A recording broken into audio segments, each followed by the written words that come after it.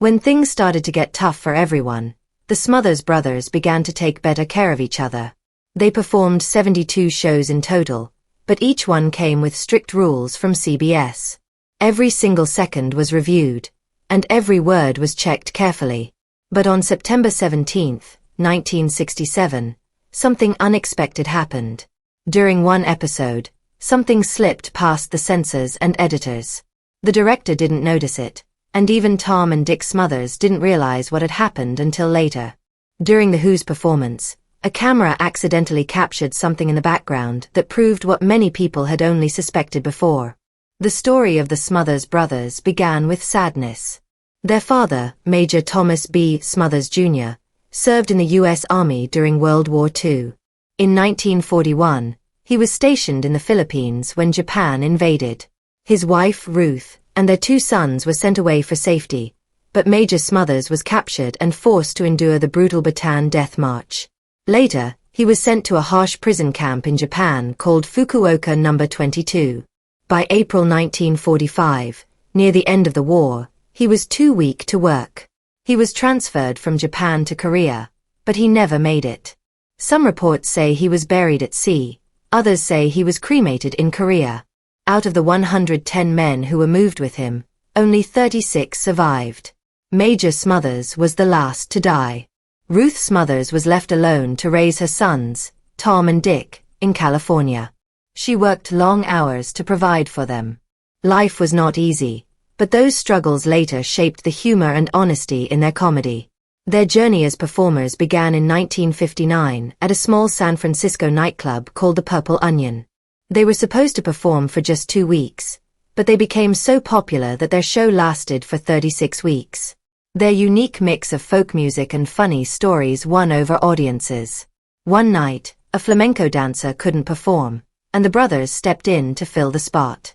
That unplanned moment showed how talented and entertaining they were. Soon, they were earning $2,000 a week, a huge jump from the $2 a night they once made. Their first album, The Smothers Brothers at the Purple Onion, was released in 1961 and launched their career. Before that success, Tom had started a college band called the Casual Quintet. He played guitar, and Dick learned bass just so he could join him. When the other members left, the brothers continued on their own. To fill time between songs, they started joking around with each other, and audiences loved it. Their playful arguments and brotherly teasing became their signature style. On stage, Tom played the naive, funny brother, while Dick was the serious one. Their back-and-forth arguments felt real because they were. Tom's famous line, "Mom always liked you best," became a classic. By the mid-1960s, the brothers had become so popular that CBS offered them a major television opportunity. At the time, CBS was struggling against NBC's hit show Bonanza, which dominated Sunday night ratings. The network wanted something bold and fresh to attract a younger audience, and the Smothers Brothers seemed perfect. The Smothers Brothers Comedy Hour premiered on February 5, 1967. At first glance, it looked like a regular variety show, and even Ed Sullivan introduced them as typical American boys. But they were anything but typical. They talked about real issues like the Vietnam War, made fun of politicians, and spoke truth through comedy. Their boldness made the show an instant hit. Within just 2 weeks, they beat Bonanza in the ratings, and young viewers started tuning in regularly. Tom had demanded full creative control before signing the deal, and CBS agreed because they needed a hit. This gave the brothers the freedom to say and show what they wanted, something rare for that time. They invited guests like Pete Seeger, who had been blacklisted from TV for years because of his political views. Seeger performed protest songs that criticized President Johnson's Vietnam policy. When CBS censored Seeger's performance of Waist Deep in the Big Muddy in 1967, Tom refused to stay silent and went to the press. Public backlash forced CBS to air the full song in 1968. It became one of the most powerful moments in American television. A protest song broadcast and censored to millions. The Smothers Brothers also gave a platform to new and daring music acts that other shows avoided. Between 1967 and 1969, artists like The Who, The Doors, Jefferson Airplane, Buffalo Springfield, and Steppenwolf performed on their stage. One of their biggest moments came when they aired the Beatles' promotional films for Hey Jude and Revolution in 1968. American audiences had never seen anything like it before, what we now call music videos. The Beatles' performances looked fresh and cinematic, and the Smothers Brothers were the first to bring that experience to US television. It showed how quickly music and television were changing, and how the Smothers Brothers were leading that transformation.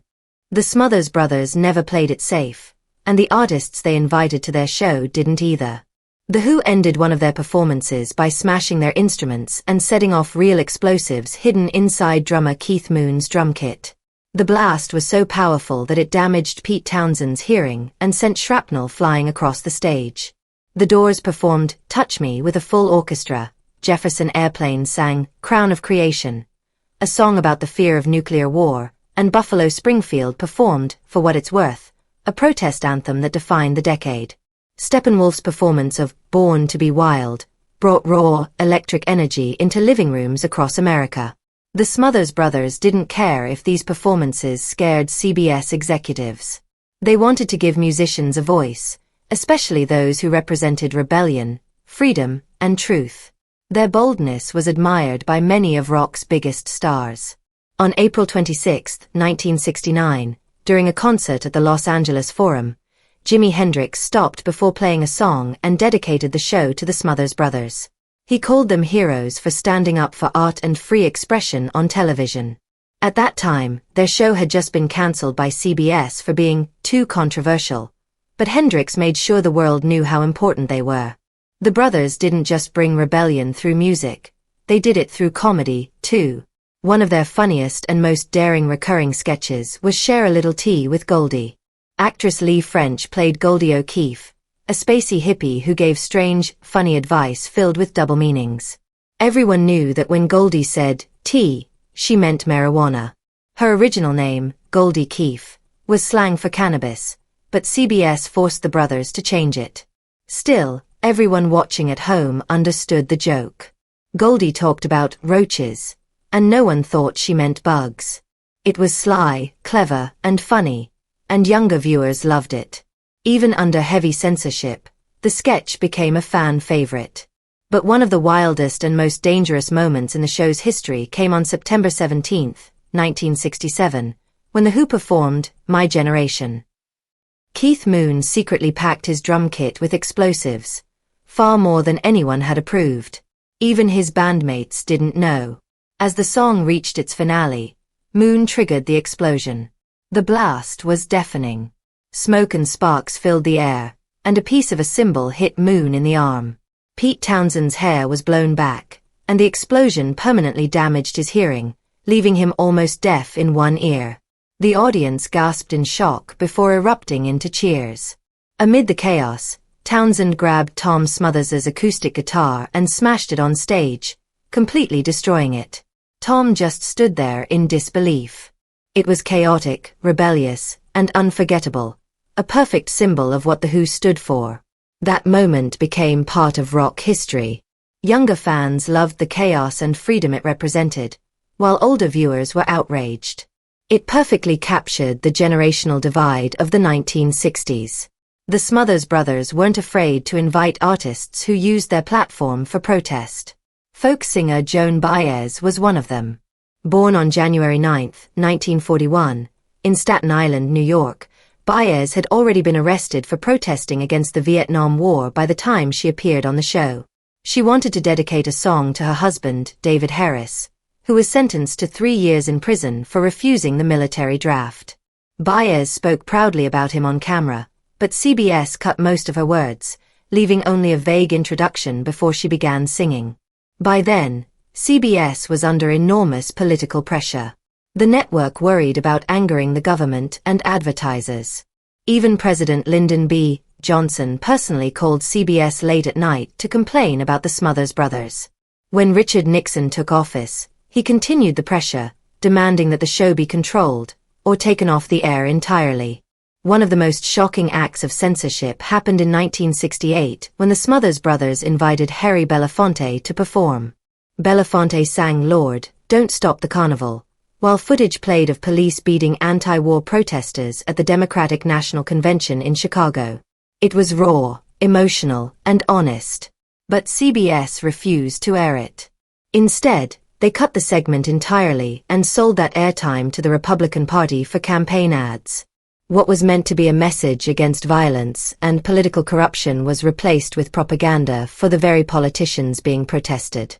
By late 1968, the pressure had become unbearable.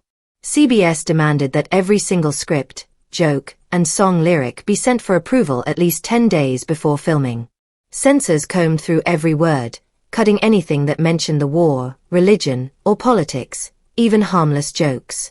The writers, including future legends like Steve Martin and Rob Reiner, felt trapped. They called the process death by 1,000 cuts. Tired of the restrictions, Tom and Dick decided to make a statement. They created a sketch where Tom played a censor himself, cutting up scripts with giant scissors and interrupting performers mid-sentence. The sketch ended with total silence, a powerful symbol of what the network was doing to their voices. CBS, of course, refused to air it. Despite everything, the Smothers Brothers never stopped pushing boundaries. They gave artists and audiences a place to speak freely, laugh bravely, and challenge authority.